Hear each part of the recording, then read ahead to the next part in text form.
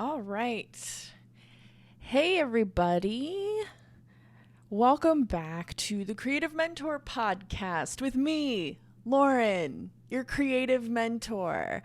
For those of you who are new here, we talk about kind of getting rid of the mystery of the creative industry and how to navigate it because if you were anything like me in art school, nobody told you any of this stuff. They didn't tell you how to find a job. They didn't tell you how much you should be paid. They didn't tell you how a professional will review your portfolio, just kind of what you should put in it.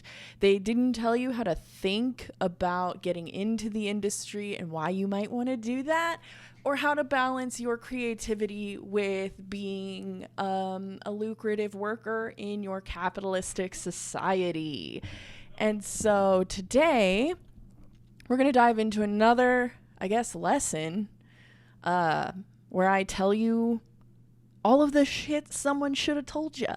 So today, we're going to talk about how to negotiate a raise. And I will say right off of the bat, this is going to be mostly if you're an in-house worker or you work for a company. Freelancers and contractors can apply some of this because either way, you're going to have to talk to somebody about it because it's about money and asking for more. So I'm just going to dive right in because I'm sure if all of you have been working for a little bit or you want to set goals for yourself in your career or checkpoints for yourself in like what you're currently doing, I think one of my personal biggest mistakes I kind of wish I had paid attention to earlier in my career was just kind of taking what I could get and floating along. And that totally works for some people. But if I had checkpoints for myself, I think I would have had more parts of my life that were happier and working versus surviving and working. And that's what we're trying to avoid. We're just trying to get everybody to be happy, healthy, creatives who are paid well. That's kind of the goal of today. I have a couple of resources that I will be attaching to the links in the Patreon. Again, if you're new here, all of the information I talk about in this podcast is available on Patreon. If I mention it within the podcast, that is free information. I think a lot of people think Patreon is associated with a price tag. And I'm trying to make this accessible for everybody. So this Glassdoor resource and this Design Census I'm going to bring up will all be free there. Go check it out, The Creative Mentor on Patreon. There's some premium content there, but we'll get into that kind of at the end. But, all right, asking for a raise, talking about money. People are very touchy about that stuff. And part of it is because we were conditioned to be. And part of it is because it is in companies' best interest most of the time that their workers do not talk about money with each other so that we cannot learn what each other are making. And something I see a lot in like the younger generation, like my generation and, younger, so people who are like 30 and less, we're a lot more transparent with each other with money than I can recall anybody else. When I was growing up, my dad was a vice president of logistics. He was like the executive in a lot of situations. And the advice he gave me a lot was don't bring up money and don't talk about it. And I can see why. It definitely makes people kind of weird in personal and professional settings. But especially in light of the pandemic, our current economic situation and our future economic situation, like, to be quite frank, we are staring down the barrel of a recession. And when a recession hits, a lot of people are making a lot less and work is a little more scarce and it's a lot more competitive in the job field. I feel like when you hear the word recession a lot and you're younger, you don't really all you kind of get is that it's not good, which is true. Like, money's on the downs and you want it on the ups.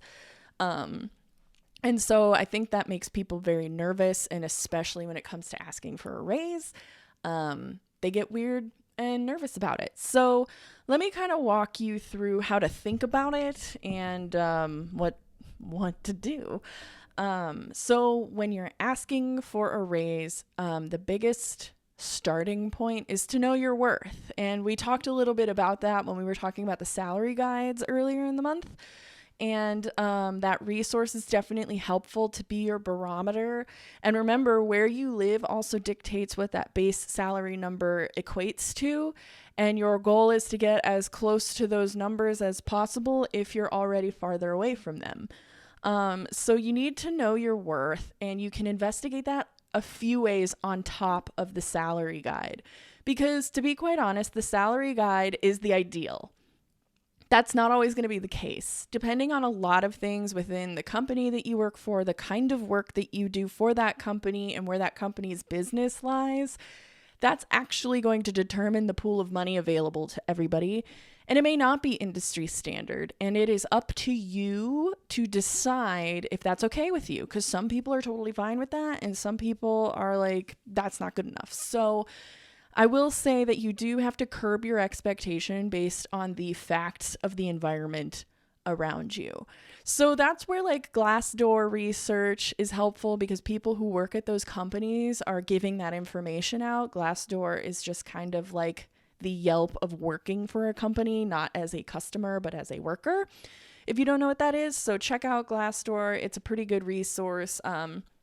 It's also a great place to leave an honest review for workers if you had a great experience or a not great experience with the company, so that people, when they're interviewing for jobs or researching companies to apply to, they can do their own research. And I think that's also just something as a sidebar that I don't know if companies consider that. People are just as much paying attention to what your company is doing as the company is to sell you the idea of working for them. I think a lot of us were raised with, you should be so lucky to get a creative job, and like, beggars can't be choosers. That time has come and gone with things like Glassdoor and the internet and this data we can all pull from in this digital world. So I think that's something to keep in mind. You can have a standard to hold a company to, just like a company would hold a standard to you to in your skill set. So when you're looking around on Glassdoor, that's helpful to keep in mind. And then also another thing you can do is ask the people you work with around you what they make. And that's a really, like, I say that very considered, because that can be a touchy thing depending who you're talking to. At all of the companies I've ever worked for, when I was seeking a raise or to compare my rate to the people I worked with, I would ask people I felt akin to at work who did a lot of the same kind of work that I was doing in the company. And I would ask them without asking them how much they made a year or an hour, depending on the scenario. And I would say something like, hey, you don't have to tell me what you actually make, but would you mind telling me the range in which you are paid here? Because I would like to ask for a raise.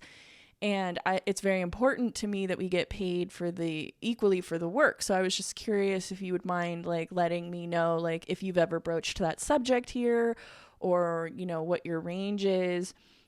And if you already have a positive rapport with this person, typically someone who is your level at title, I don't ask people above me what I should be making. They're really helpful a lot of the time. They'll tell you straight up a lot of the time. And then you can kind of see who you're sitting next to, kind of the range you should be pulling from. And I'll drop the bomb right off the bat. As a woman in the workforce, it's very, very important to me that I make as much as the men I sit next to who do the same work as me, because the wage gap is very true in gender identity. And I say gender identity because I'm also including the LGBTQIA plus community, because as the Design Census has shown from 2019, we're still waiting on 2020 numbers, that LGBTQIA plus out workers make the least amount of all design workers currently working, according to the 2019 census. And I don't know why that correlation exists in that way, because I don't think there's data to point out, like, is it because that group doesn't have equal rights fully in some places? Is it because of fear of discrimination at work because the laws just recently changed to protect most of that? I couldn't tell you because there's not data to tell me to tell you, but I want you to really think about that, especially if you identify as an out worker, because I'll get on my soapbox for a little bit. I want to be really clear about the fact that no one will protect your wage. If you want to get paid the industry standard, if you want to demand that you be treated equally in pay, and you want to do all that, you have to do it. A company will never do it for you. No one will ever do it for you. No rights organization will really do it for you individually. They'll definitely help you.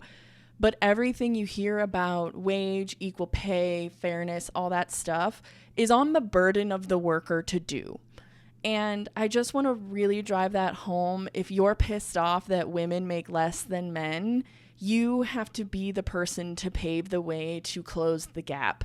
Because while the government says that they're like trying to change that, and like maybe good efforts are going forth, it's not going to happen fast enough for what we need to live.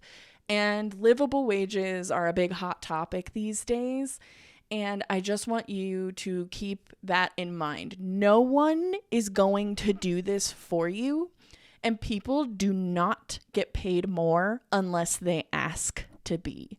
There might be something at work that's like a structure where it's like, oh, you get like a merit increase every year, maybe if the company does well, or oh, you get a bonus, this, that. Those are just perks to the job. That is not encompassing of, the spirit of keeping wages equal. That is your responsibility. So if you're bitter about not being paid enough and you never asked to be paid enough, you just need to buck up and ask. You can't be bitching about not getting paid enough if you've never asked for more, because I think that distinguishing factor is what makes people frustrated at their job, and you can't be frustrated if you didn't ask for it. Now, if you asked for it and you didn't get it and you're not on a path to get there and there's no like working your way up to your goal, absolutely bitch about it, be frustrated. Go find a different position. But if you didn't even bother to do that, you have to remember that you're working for someone. They're not working for you. And I think that is that's something that I think a lot of colleges really miss in teaching people, even in business school. I have a minor in general business, so I went to business school. It was business school light. But like there was never a discussion about any of that stuff, not even in my personal finance classes or my accounting classes. It's always, how do you get the most out of everybody for the least amount, which is literally how business works. So I tell you all of that to kind of get your mindset in knowing what your worth is. There's a lot to consider in that. There's the variable of where you work. There's the variable of what the industry standard is. And then there's the variable of census data within the industry that you're working in. And I'll make all of that information available on the Patreon under this post if you want to kind of read more into it. So that covers the knowing your worth section of this. So the next is building your case. So like I just said, companies don't work for you, you work for them, or clients, or things of that nature. So you have to build a fair case as to why you're asking for more. And I touched on that a little bit. You do not ever want to walk into a room with your leader or boss and say, gimme, gimme, gimme, me.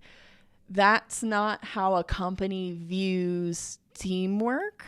And when you do creative work, it's teamwork. You are doing work for a business objective, or you're doing work for like a purpose, whether it's click-throughs or organic growth on social media, or getting a photo that is a lifestyle enticement to get people to like its aesthetic, to investigate it further. Like there's a purpose to the creative work that we do in the creative industry to grow it. And that's where that line of like creativity, artist, design all kind of intersect and separate, and we'll have a whole podcast kind of investigating that more abstract thought. But I say all of that to say that I think our industry is really subjective a lot, as most creative industries are. And so when you build your case, the best things you can bring to your boss is the implementations you've come up with, the creative solutions you've come up with. So maybe you learned some new design software to fill a need that your team had, like motion graphics. Maybe no one on your team had a motion graphics person around, and you're the person doing all the GIFs for Instagram stickers, and you're building Instagram filters, and they're getting people more engaged with your content, which is growing organic stuff on social media, which is achieving a business goal. So like if you can kind of illustrate something like that, or maybe you learned a new UI program, or you kept up with the trend, and your knowledge and implementation of maybe process, maybe you've looped everybody into a process in meetings to make sure you're achieving yada, yada, yada. You need to bring these businessy, actionable things that you're doing to your leader after you've done your research to make your case. Hey, my being here is valuable in this way. When I started here and was paid at this rate, I was doing these things. And since then, I've implemented XYZ things, which has helped in the overall business in this way. And I would like to see a whatever increase to this pay. And I think that that's fair. What do you think? That's kind of the way you want this to work. And if some of this is like just you have no idea what I'm saying because you haven't worked quite yet, it's something to keep in mind to when you do get to your job. Keep track of these things. Get to know the marketing people because you want to ask them for the statistics and the data. Hey, how did that project go? Hey, how did that email go? Did this design help people? Hey, like, you know, do you think the colors of the buttons matter? Did people click on it more because it was green instead of red? You know, like things like this are ways you can get these figures, and you can just ask for them. Like that's totally appropriate to ask people how your project did. And so when you build that case, you want to walk in there with all of that information. So you want to know how you can illustrate your worth to your boss. And you want to know what your current worth monetarily is and what it should be and what you want. And so that's kind of how you start to really, really begin this. And there are actually a couple of times in the year that are a good point to check in. And that's annual performance reviews. So if you're a full-time employee, this administrative gobbledygook happens where you set goals. You and your manager have to check in on them at a predetermined amount of time and checkpoints in the year. And essentially what you do in that conversation is walk through your work performance in general. And if it's positive throughout the whole conversation, that's great. You want to really hype yourself up there. And that's an excellent time to bring up the fact that you are interested in a promotion or a raise, and have a conversation framed in a way where you're like, hey, here's what I'm thinking. Here's what I would like. How can I get here? What would you like to see from me so that I can get here? And then that way they know that you're thinking about it and they can set it up, or they can work with other leadership partners they might have to get there, to make sure it's in the budget and make sure it's all kosher and all of that stuff. Or after completing a really important project is a really good time to check in as well. Let's say you're being the lead on this big thing and you have to loop in a couple other departments in your company you don't normally talk to, and you all have to partner and achieve this thing, and you are pretty in front of everyone about it, and then it kicks off and it's successful. That's another great time to pull your leader aside and go, hey, you know, we just achieved this thing. The numbers came in, this and this and this, and worked. I'm interested in, you know, pursuing this. What do you want to see from me? Is this helpful for like just it's just an ongoing conversation. And as you get deeper into the industry and working for clients and working for companies, you're going to find communication is the key. My boss says this every day, all the time. Communication is the key. Communicate. The clearer you can be in communication, the better everyone's expectations will be, and the happier everyone will be with what is moving forward in the process. So all of those are super great. And when you are actually having the conversation about the raise, it's very important to just be clear and be specific. I want this number. I want this title. This is how I think this will help getting here. But, like, you have to be specific. You cannot be wishy-washy because you are the one asking. No one went to you and went, well, what do you want to be paid? What do you want this? You know what you want. And when you walk in there with a number, my rule of thumb is to have 3 numbers in mind. The first number is have the highest number you don't think you'll get, but you would love to. That the purpose of this number is to have them walk you down, negotiate you down to the number you actually want. So this is not a real life example, but let's just throw some numbers out there. Let's say I'm paid $50 and I want to be paid $58. So I want to ask for $62 for them to walk me down to maybe 58, 57, which is the number I want. And then you should have your bottom number, which is 55, I'm going to say. I'm just picking this. If they don't reach you at 55 from 50, then you'll be disappointed. But if you get anything above 55, you'll be excited when you ask for 62. Not expecting to get 62, but boy, would that be great. So that's kind of what I mean. You want your negotiating number to max out. You want your actual number, and you want your bottom number, which should be above your actual pay. And then that way, you should have that bottom number, because if your company won't even give you to that bottom number in your mind, that you've reevaluated your value to your position with your experience and you've shown everyone why, if they won't meet you at your minimum number, at that point, if you're so inclined, it is totally appropriate to start looking for other jobs that will meet you at your original number. Because also in the design industry, that is where you get the most pay bumps that are the largest. I've watched a lot of people around me get $20,000 more a year because they just switched companies for the position. Because when they went to ask for a raise, they didn't get the number that they wanted. They didn't get their basement number, as I say. They just got nowhere near close to what they wanted. And maybe the plan was never put in place. Maybe the plan was going to take too long. Whatever you decide, it's up to you. And it's how you feel about it. Because honestly, when you're talking about money and demonstrating your worth to companies, this is where I think a lot of creatives get like really bogged down and defeated. And I hear a lot of creatives say to me, oh, I don't even know if I want to do this anymore. And I think it's because of a mixture of how the work gets done and where the work is being done, and not about hating design. Because nothing discourages me more or makes me more sad than hearing someone in the creative industry going, I don't think I want to do this, when you know that they're a tried and true creative and they just say that they don't want to do it because like the environment's bumming them out. And I don't want to see them go into a profession where they don't even get to try to be passionate about something and like trying to do what gave them joy to do every day in the workforce, whether that is owning your own business, being in a company for stability, or, you know, being a freelancer and just choosing jobs you want to do.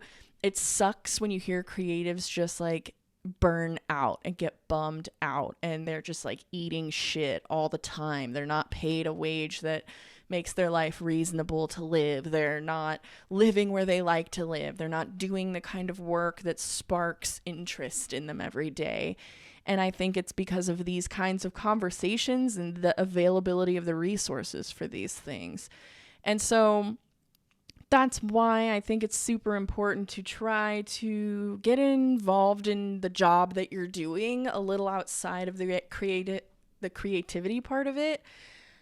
And also, some people are just so not interested in all of that. But when it comes to your money, most people are interested in that. And, I negotiated myself up to being one of the top paid designers in my friend group, at least, that I know, but keeping in mind I live in Chicago, which has a higher rate of living, so I'm really probably on par with everybody else.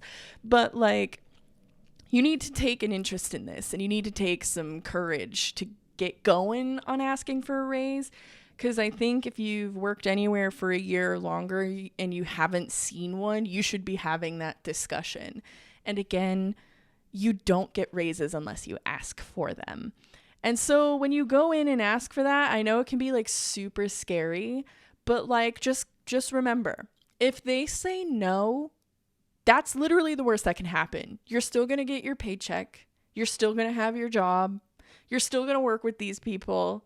No one's going to think you're a dickbag. Like, it's okay. You can ask for a raise and completely not get one. The company, if they say no, they're done thinking about it. But if they say no to you and that makes you feel some kind of way, you get to decide what you do next. The company doesn't own you. The company doesn't own your life. The only thing it may be offering you is stability. And if they're not giving you this raise, maybe that stability is compromised, So try to shake out the scaries if you can. It's easier said than done. But when you go into this conversation with your leader, I'm hoping you already have a pretty good rapport with your leader and your boss anyway, because for creatives, we're a little more casual, And just be confident when you start that conversation. You've done the research. You know what the numbers you want. You have all the information. You will not get caught off guard. It's all in your mind.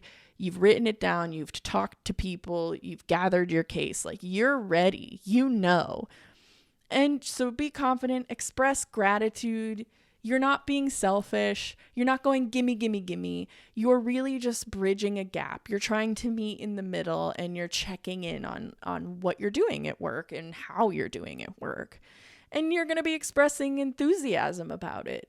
Hey, I want this raise. Here's what I think. What do you think? Can we work with this?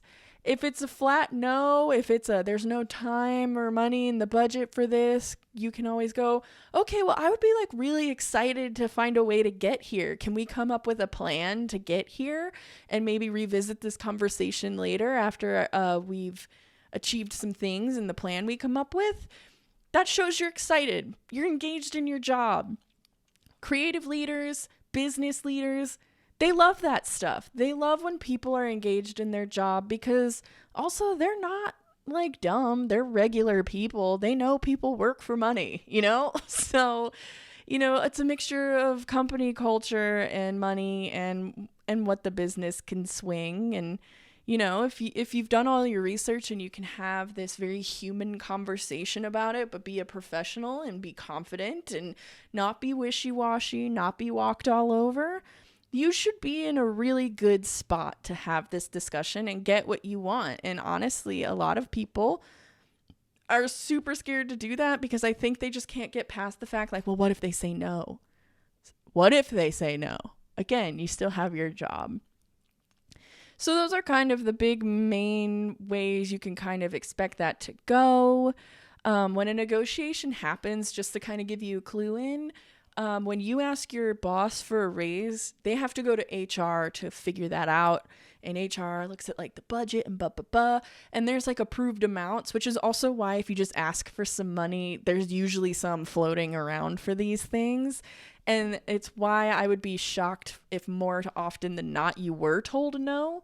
But that's what happens. So your boss goes to HR.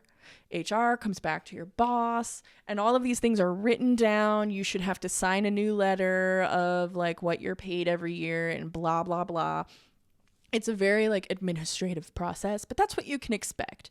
And it's okay for it to take a couple days. If you're going to ask for a raise and the negotiation process is going to kick in, like, it's not outrageous to kind of expect that whole work week to kind of be bringing that up and going back and forth and making sure that's what you want. And I also want you to keep in mind that raises don't have to be entirely monetary. They can be in perks. You could ask, well, okay, if you're not going to give me my extra $8, can you give me an extra paid day off instead? if you're not going to give me a dollar amount, can I get more in this benefit this way? And then that way, if you don't get an extra couple of bucks every month, you can maybe get an extra day off every month. These are the things you can use to negotiate within the means of what's possible for you. And so I just want you to be prepared to compromise, set yourself up for the best compromise possible, and just try not to be so scary about it and do your homework. And you'll know what's more natural to you. And quite honestly, when you do this once, it gets easier every time. And then you'll get better at asking, like, okay, I want to get promoted to this title. Like, what is it you would like to see from me to get here? This is what I would like to do. This is what I enjoy doing. Here's what I have illustrated I think shows I'm capable of being very good at this, blah, blah, blah. Once you kind of start framing that stuff in your mind, it's a lot easier to have these discussions, because I think what makes these discussions scary for people is they don't really know how to prepare for it, and they don't know how to talk like this. And talking about what you do is difficult, especially for creatives. And then you throw money in there and like business stuff you don't understand. Of course, it's super scary. But when you practice and you research and you decide you're going to do this, you just commit to it. And we're all really good at committing to ideas. It's also why we're really successful creatives. Whether it's monetarily or creatively, you practice at it. We're not perfect right out the gate, So I just want you to know that's kind of how you can go through that. And if they do say no, at least you asked, And sometimes your boss has their hands totally tied. It's really not up to your boss if you get a raise. They're just the one who's going to advocate for you to get it within all the other processes in the workplace. So either way, if you don't get the raise, your boss knows you asked, and they know that you did your research, and they know that you know what you're worth. And at the very least, they can see that you're thinking in these terms, and that's not a bad thing either. So really, when you ask for a raise, there is no losing, it's just scary. That's literally the only blockade in your way, is that it's probably scary and intimidating, but everything else is just fine. And so that's really how asking for a raise in the workforce kind of works. And the reason I really focused on in-house is when you look at the design census I mentioned before, that is the number one place most creatives are working currently. So it's probably the most reasonable expectation if you're just starting out in the creative industry or you're going to pivot into it. It's the most likely outcome for where you will probably end up. And so I think that's why it was super important to focus on that. But if you remember also, you might have been placed there by a temp agency or a temp creative agency where, as a reminder, if you didn't listen to that podcast, which you really should, essentially you can be contracted out by agencies to companies to do various kinds of work. Makeup artists do this, photographers do this, graphic designers do this. I've done this. And so what's really nice about that is you usually are working with a talent agent who's placing you into all these different companies. And what's super dope about that is if you want to change your rate with the company that you're contracting with pretty much at any time, you're going to go through the same sorts of steps. You're probably not going to ask the full-time people that you work with what they make because it's not relevant to the way you're contracted. Because depending on your contract terms, you might be being paid way more, but it's because you're going to owe 30% on your income tax, or you're being paid more from the company in general because a portion of that is going to your agent while you're getting the rest of it. So the way the money's broken up is a little bit different, which is why you probably wouldn't talk to a full-time person about what they make as you are the contractor. But you can talk to your agent about it. And what's super cool about it is you don't even have to bring it up to anybody but your agent. Your agent is there to go negotiate your rate with the company for you. All you have to do is make a case to bring to your agent so that they have the case to bring to the company. So you would still do the I've done XYZ, I've gone outside of my title this way and that way, and this is why I think I should be paid more for this contract work because my value is more than that from when I started contracting here. And you can even say to your agent, I'm open to a full-time position with this company, or this company is going to have to pay me more in my contract, or I'm going to go contract somewhere else when the terms of this contract agreement is up. And so that's super nice because it makes the conversation way less scary. And to be quite frank, the first time I really negotiated my contract ever was like with an agent. And it was really helpful to just be really candid, to be like, I don't really know how to do this. What do you need for me to get to this number? And then, you can help them work on that negotiation from there. And another point I do want to bring up, this is all over the Design Census, is again, the LGBTQIA community. I was just talking to somebody about this, but still, because the discrimination laws are all over the place, sometimes they're enacted, sometimes they're taken away, sometimes they're put back. It really honestly depends on the administration running the government, where that stands right now. A lot of queer people and out people are nervous about that because depending on the state of your discrimination laws, companies can kind of treat you however they see fit, and you don't always know who you're talking to. And so that is absolutely a factor in why pay gaps are existing in the workforce, because marginalized people are very nervous to ask for more, because if your rights aren't equal, then you're already feeling like, well, I shouldn't, like, beggars can't be choosers right here. Like, I don't even have equal rights. I should be excited I even have like a job like this. And that plays into social stigma we all either participate in or watch or affect us. And that absolutely has to do with pay. And I don't think people really talk about that a lot. And a lot of people around me have kind of discussed this. And it's a perspective I think is lost on a lot of veteran workers, and a perspective that is lost on a lot of straight workers who don't identify as gender fluid, non-binary, transgendered, gay, lesbian, all that stuff. The world is different for those kinds of people. And if you are the status quo, meaning a cis straight person, you identify as the gender you were assigned at birth, and you are attracted to opposite gender of you don't have this perspective, because it's just not your life. Your life hasn't been affected by discrimination in that way necessarily, and things like that. And pay is a big part of that. And so agents playing a role in negotiating your rates for you has made a lot of queer people more comfortable asking for more. And actually, some cool news is in recent developments, meaning in the last few months, some gay workers are being paid more than straight workers. Why that is, I'm not sure. I do have an article I can share with you about it. But like, when we're talking and we're thinking about pay, all of these factors are at play, And I think in also the wake of the pandemic and the Black Lives Matter movement, companies are being a lot more aware of diversity.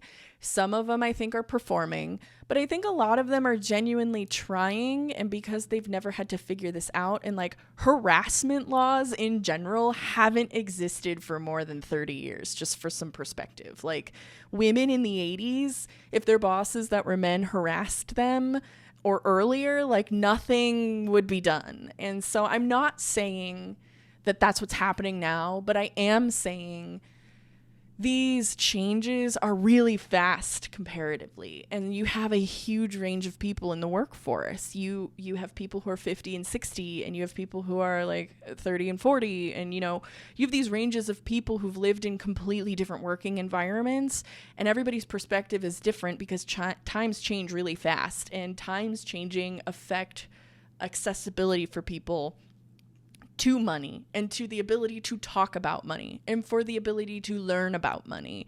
And so all of this is super relevant because if you're a leader that happens to be listening to this for some reason, some workers are really scared to have this discussion because of all of these factors, you know?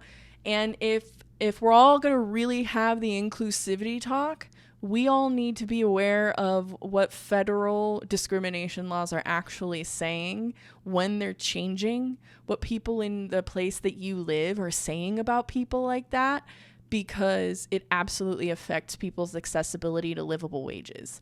And if you are someone who is worried about all of those things, I want you to know that I'm hopeful that as people my age and younger rise into managerial and leadership modes, positions into the future, that this worry will go away. And I hope it's not the biggest worry. And I hope I didn't create a worry for you. I don't know if you've even thought about this, but I just want you to know, when you are choosing where you want to work, finding these pieces of the work culture, and it's appropriate to ask this in interviews, like, what is it like to work here? The answer to that question, you can be very particular about if these things factor to you, because if you're comfortable at your work, you have more access to promotions and raises than if you're uncomfortable at work. And at this point, there is absolutely no reason to be uncomfortable at work, and companies who make people like this uncomfortable at work need to change quickly or will die.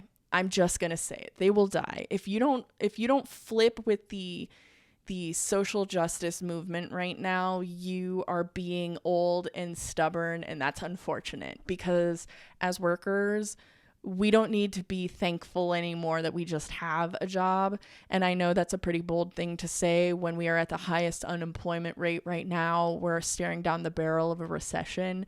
But I think as creatives specifically, if we hold our job to a standard, we hold ourselves in our own creativity, we're going to be a lot happier. This is going to be a lot more lucrative for us. We're going to get the titles and the promotions and the responsibility we want to move forward and ultimately move our industry forward. Because if you've gotten to this point in the podcast, lessons, I guess I'll call these, you already have this mind and you're starting to get there, you know? So that's like my big soapbox. I remember feeling like, oh, I should just take what I can get. Oh, I'm just lucky I get to be in Photoshop all day. Like, this is the best I can do. Like, I remember feeling like that and having companies make me feel like that. And that's bullshit. I'm just gonna say it. You can have a high standard. If someone's like being down on you for having that, like, that's dumb. It's your life. It's your time. You're spending 40 hours plus a week doing this. You should like it and be comfortable. So, I just want to make sure that that is said, because nobody says it. So I'll say it. And I want you to take a look at all these resources and get like a feel of like what the workforce is like, where people are working, how much they're making, how they identify, where they work, what part of the country they're in, what range is available, all that stuff. So that's kind of the end of this thought. This is one of my longer podcasts. I think I went on a couple of like rants, but I really just truly, I needed to say it out loud, because I wish someone had said that out loud when I was listening for it or asking for it. Again, I've asked my professors in college all these questions, and I just wanted someone to say all of this to me, and nobody did. So I want to do it. So yeah, that's the end of this. Check out my Patreon. It's The Creative Mentor on Patreon. All these links will be there. Some of the premium content that I make, since we're at like 43 minutes, I'll try to make this quick. I have a $2 tier where you get the podcast early, and you get access to like the little Patreon support group we're building here, so we can talk more about this. This is also where I think a lot of other people's experience will be helpful, depending on your life experience, you know, where you come from, all that stuff, your work experience. I think this would be a really interesting discussion to continue over there.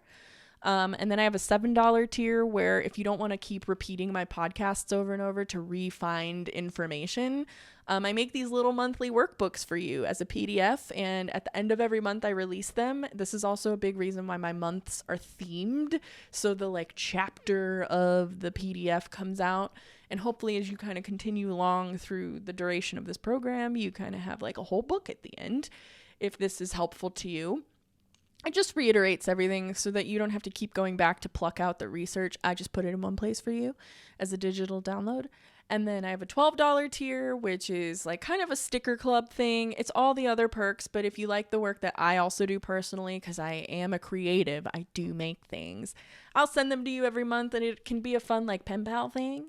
And then my other tier is the $20 tier, where we are more one-on-one. You get an exclusive email address to reach me. You can send me your resume, you can send me your portfolio, and I can review it and help you out more one-on-one there. And we can also connect on LinkedIn. I'm surprised I haven't done a whole spiel about LinkedIn yet, but I think the creatives really miss out on LinkedIn. So hang out there, check it out, be on there. It's great. It's a great way to connect with people who don't know how you like do creative industry stuff, and connect with people who don't know what you do to kind of bridge the gap. I like it. So that's everything I've got for you today. This is the longest one I think I've done, but it's really rooted in knowing your worth, proving your case, and keeping in mind that you need to have your boundaries, and you need to remember you are speaking to a company, and companies deal in dollars and cents and not love and support. And if you can just find a way to navigate that, I think you'll be golden. And let me know if you have any questions, and I'll do my best to help you out. So have fun. Talk to you next week. Goodbye.